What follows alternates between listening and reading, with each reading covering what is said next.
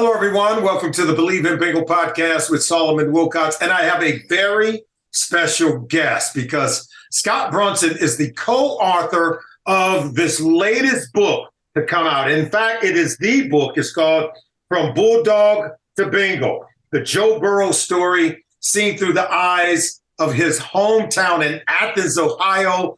And you co-wrote this book with Sam Smathers. He was the first organized football coach for our Joe Burrow. So I want to start by just first of all having you give us an overview of what inspired you to write this book, Scott. Yeah. So first of all, Solomon, thanks so much for having me on. I really appreciate it. I grew up in Athens, graduated from Athens High School in 1980. So that's my home. I care about Athens quite a bit. My father was the first Athens City Recreation Director. He went from 1964 to 1980. Yeah. He also coached around the county for many years. But when he was the City Recreation Director, he organized a lot of youth sports, and one of those was Saturday morning youth football, tackle football, and so that was fun. And but it went away for a while because there was concern over head injuries. It eventually came back, and the person that kind of spearheaded that effort to bring it back, his name is Sam Smathers. Mm-hmm. And Sam is a very charismatic guy. He's a fun guy. He eventually became the commissioner of the whole travel league in Southeast Ohio, just in time for a little third grader from Fargo, North Dakota, to walk up the hill in his shades and white T-shirt. His name, of course, was Joey Burrow. Yeah. And so, my dad started tackle football in Athens and then went away, and then Sam helped bring it back. So that was a kind of an interesting part of the story, I thought. And I'm an author. I've written 4 books. I've been a sports writer.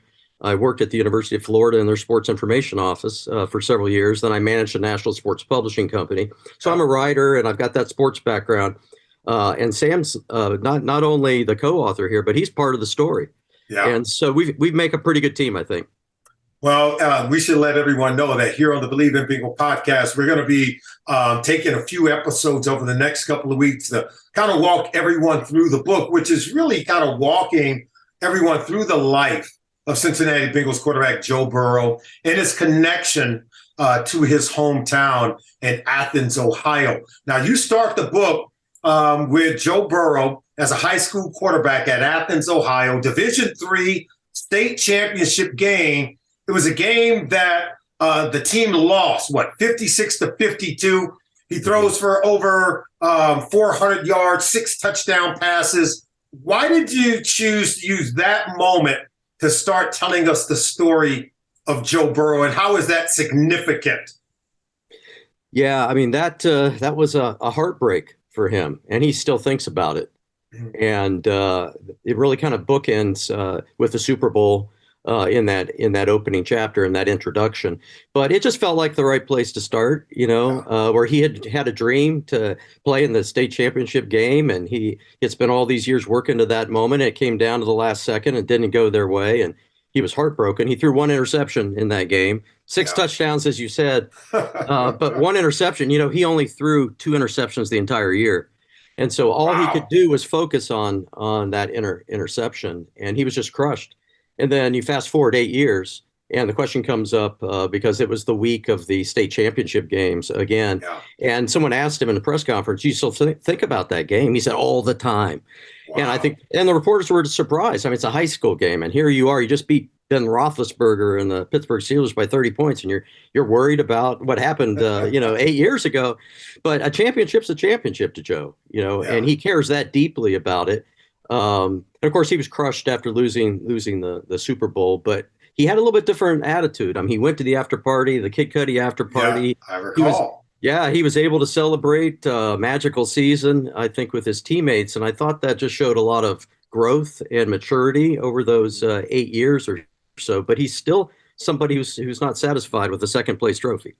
Now, Joe Burrow and his family, they moved from Fargo, North Dakota to Athens, Ohio, right around the time when he was about 8 years old. Mm-hmm. It was right around the time when Sam Smathers, as you mentioned, had sort of reignited and started it up again after youth football had went away. There was some concerns in the town about kids getting head injuries and things of that nature. We've seen that kind of sweeping the country, where a lot of parents were concerned about their kids playing youth football. But Sam Smathers had this vision of bringing youth football back so that it could help to be a feeder for the high school someday. And then right about the same time that Joe Burrow and his family moved to town. How did that prove to be a pivotal moment for not just Joe Burrow, but for the town as well? Yeah, well, I mean, it ended up being that class that Joe transferred into, by the time they got to high school, it was obvious this was the most talented class of athletes ever to go through Athens High School. And we've had some good athletes that have gone on and played professional sports and so forth. But as a class, including the girls, I think there were 21 or 22 who ended up getting college athletic scholarships. So for a small school, that was a pretty big deal. But yeah, to be able to play with the same kids, many of the same kids from third grade on, and they played multiple sports together. We'll maybe talk about the Lorman twins, some of his best friends, but played basketball with them, played baseball with them, played football with them, developed that sort of chemistry, from the elementary school level all the way up through middle school to high school. By the time they got to high school, they just knew each other so well. It's kind of like, Jamar and Joe right now. That's right. Yeah. They just know intuitively. They have muscle memory together. Mm-hmm. And that's what happened with that class. And that became just a remarkable run, the 3 years that he was a starting quarterback for the high school.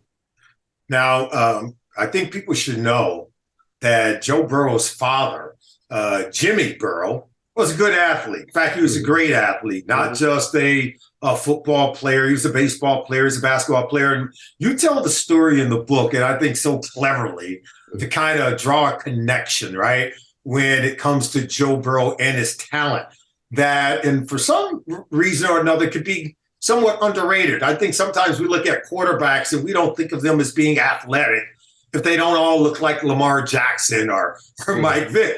But let's go to the story that you tell in the book when Jimmy Burrow in high school as a basketball player, he scores 45 points in a high school basketball game. And his mother, Joe Burrow's grandmom, had once scored a state record, 82 points in her high school basketball game.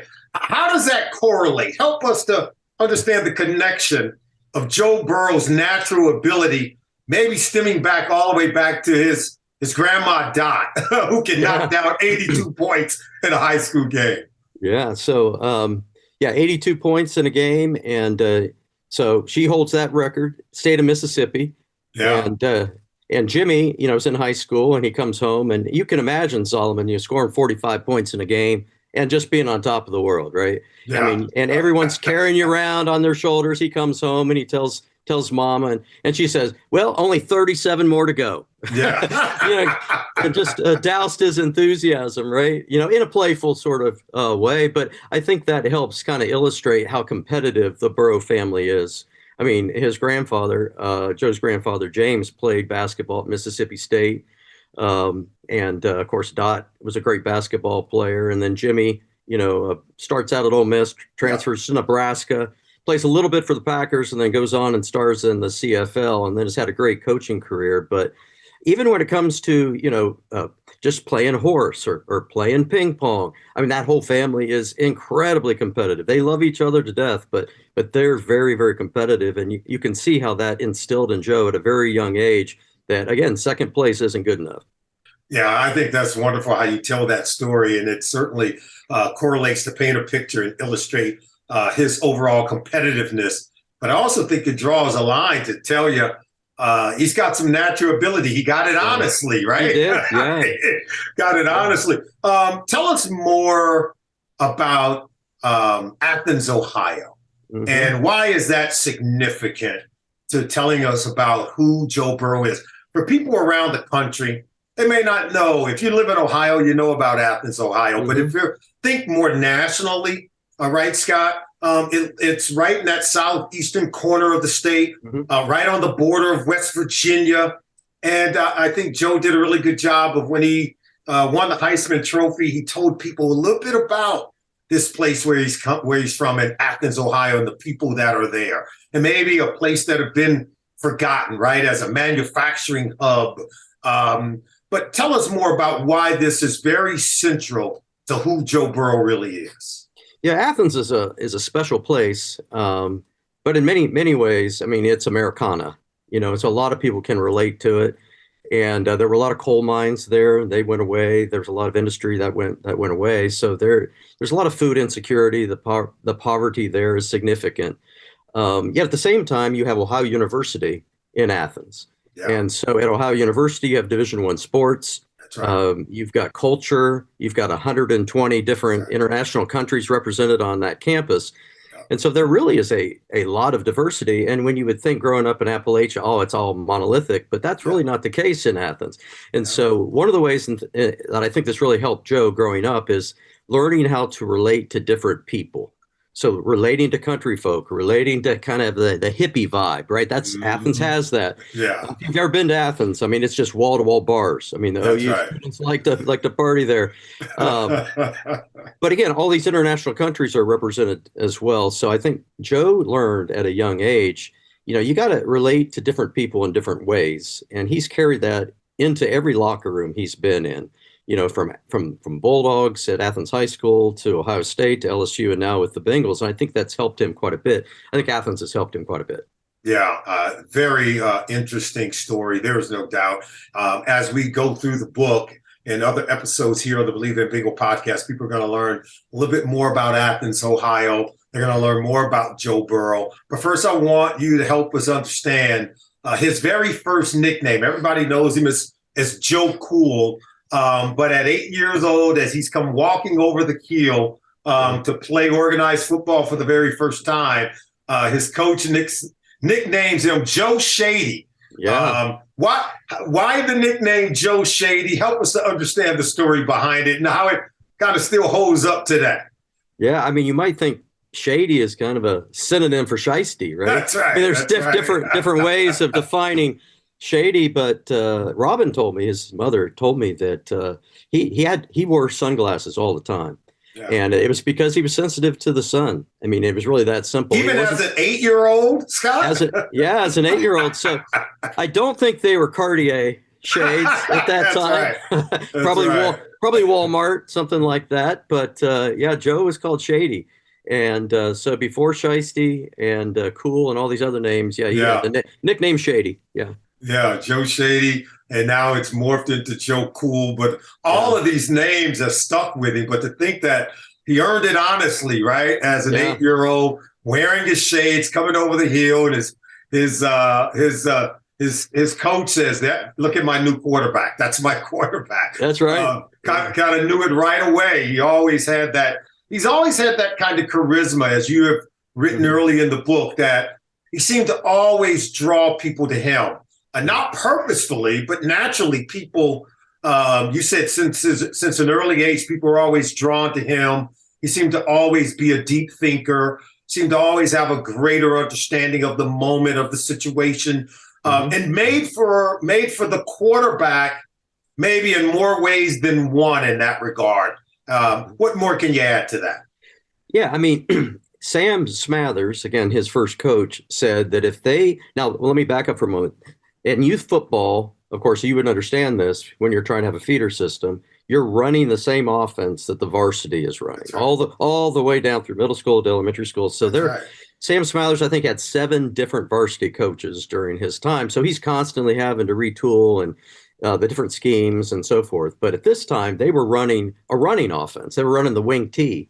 And so he needed a smart quarterback who could really think, analyze the defense. And Joe was the one. Sam said that if they were running a passing offense, he would have gone with a different guy. Yeah, believe it or not. One of his baseball teammates, right? Yeah, well, Ryan Lorman, one of his best friends, would have been the quarterback. Ryan Lorman and his twin brother Adam ended up becoming two of Joe's top receivers in high school, and both of them went on to play at Ohio University, so they were very talented in their own right. But Ryan, I talked to Ryan, and Ryan confirms that. He said, I was a better passer than Joe. So they still have a little bit of a competitive streak to them, playfully. Yeah, absolutely. And I want you to talk a little bit about this too, because you talked about it. Joe ran a wing T offense almost all the way through his little league experience of playing football. That means he was primarily a runner, not a passer. which I think speaks to his athleticism. You also write in the book that he's played multiple positions, that he was more prone to love the defensive side of the ball because his dad was a defensive coach. His brothers, two older brothers, had played football, and they played on the defensive side. Kind of help us understand the toughness that we now see in Joe Burrow as a quarterback kind of was shaped in these early years when he was a running quarterback and when he played a lot on the defensive side of the ball. Yeah, he played all around on the defensive side of the ball. And as you said, that's kind of where his heart was, at first, because that's what Dad was all about, right? And Dad's a defensive coordinator at OU. Jamie and Dan, are both Nebraska defensive players, a linebacker and a defensive back. And so this is what he's immersed in. This is the sea that he's swimming in when he's young. And that really helps him as a quarterback, too, because he understands alignments on the defensive side of the ball. He understands schemes. We all watch Joe Burrow break the huddle with the Cincinnati Bengals and slowly walk to that line of scrimmage, and you can see it in his eyes, right? I mean, he is figuring out what that defense is going to do, and he knows what's going to happen before that ball is snapped, right? And this is something that he developed at a very, very young age. But athleticism, going back to that for a moment, he wasn't, as I said, he wasn't just a football player. He was a basketball player. He was a great basketball player. And he was an excellent baseball player growing up, too. And there were people in the community that thought, man, maybe baseball's his best sport. And there were others who said, no, it's basketball. And he went on the AAU circuit, and he definitely could have played at least at the Mid-American level, if not higher, in basketball. But, I mean, he's very, very athletic. And I think he gets a lot of that, by being a point guard in basketball. That's where I want to conclude today's episode of the Believe in Bengal podcast, as we're going to walk everyone through the book that you co-authored with Sam Smathers, From Bulldog to Bengal. And our next few Believe in Bengal podcasts are going to walk us through this book. And today I just want to finish up by talking more about that, because this is a guy that played all three sports, right? Baseball, basketball, and football as a youth. And he had, of course, the basketball love, the hoop dream dies hard for everyone who's played basketball. Well, you got to walk away from it, man. Your love of it. And it was said, I think you've written that that's kind of where his real love was. But there was a moment where he had to decide, and it's almost like baseball was a sport that he felt he had to give up first. And that was really hard for him.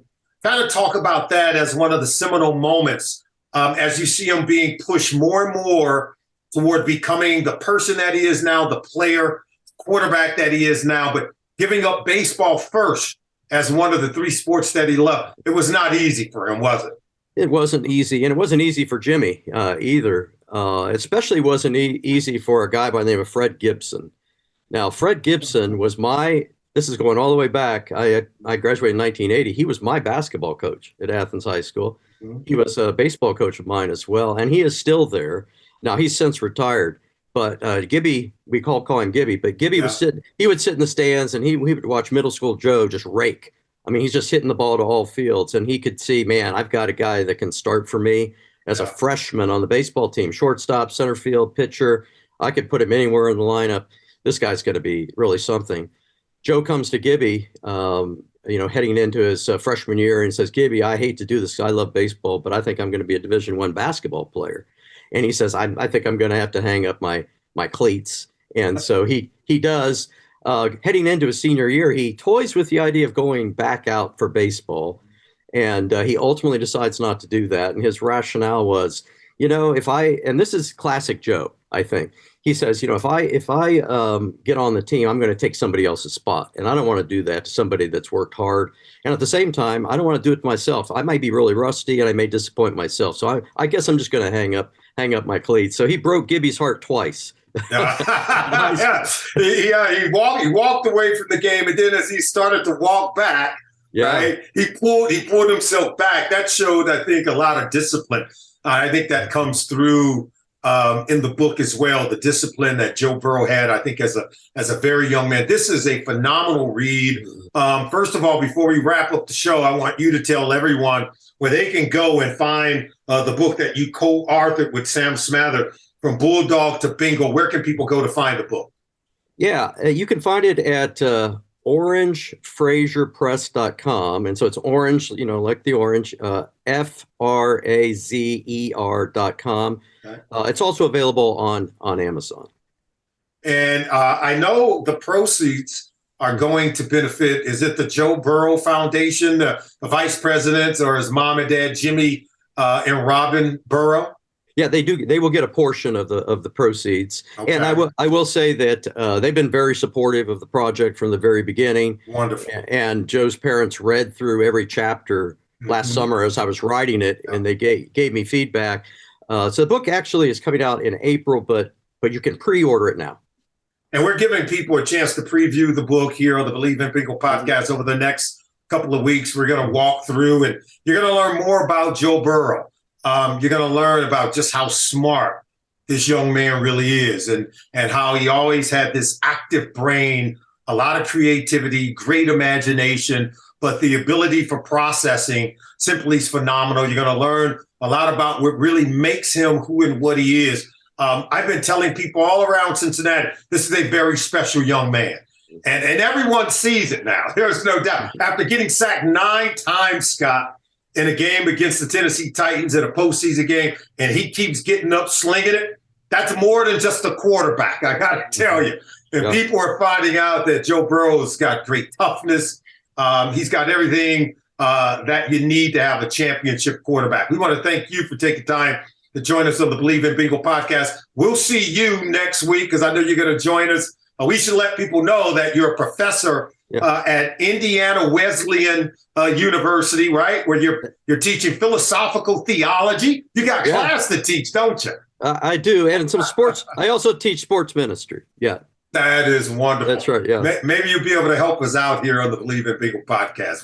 We appreciate you. You're doing a great job so far. Look forward to you joining us again next week. Okay. Yeah, my pleasure. All right, everyone. Thank you for joining us. Don't forget to go get a copy of the book, and don't forget to join us next week by going to Believe.com to catch another episode of the Believe in Bengal podcast by Solomon Wilcots. Thank you for joining us, everyone.